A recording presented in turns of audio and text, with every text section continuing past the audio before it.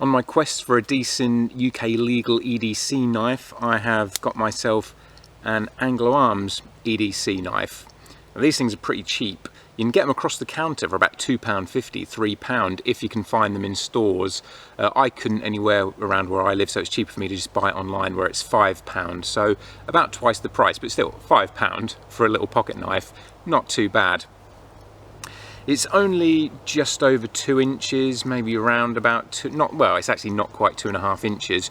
Personally, I would prefer it if it was almost 3 inches. I want to try and get as much blade as possible within the law. So it's a little bit on the short side, but still, at least you don't have to worry about any overzealous plod trying to do you if they can somehow measure it as being slightly over 3 inches. You know this is going to be well under the limit and nice and legal.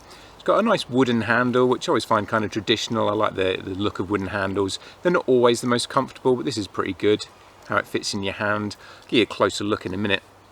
But being Anglo Arms, it is not razor sharp out of the box. It's going to need sharpening up a bit. But it's sharp enough. You can still cut through things with this, but ideally you want a knife to be razor sharp and ready, and that's the safest way to use it as well. Blunter knives tend to slip more, get caught on notches more, you know, it's not as safe to use.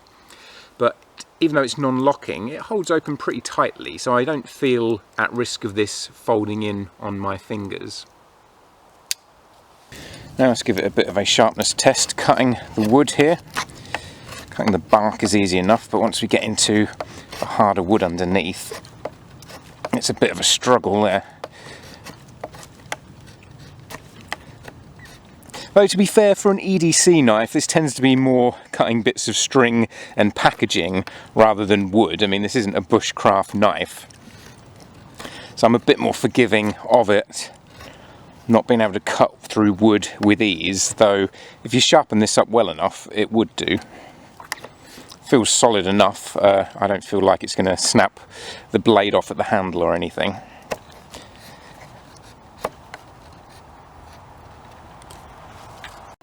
It's got a nice wooden handle. Mine's dark on one side and light on the other, but I don't think there's any uniformity to that. I think it's just mine happens to be that way. I quite like that.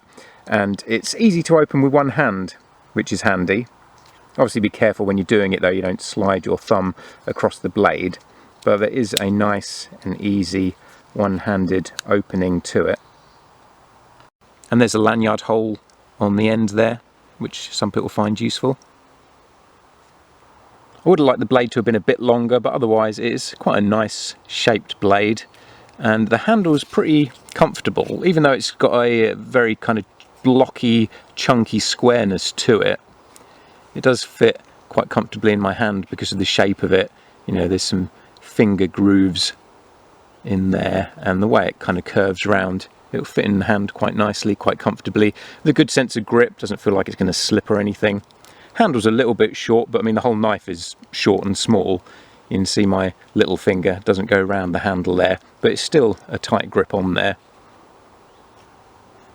And for a bit more of an idea of the size, here it is in my average size adult male hand.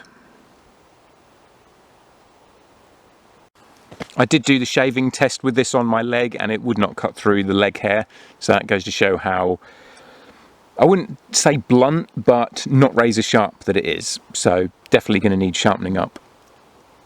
So if you want a cheap UK legal EDC knife, this is definitely a good option.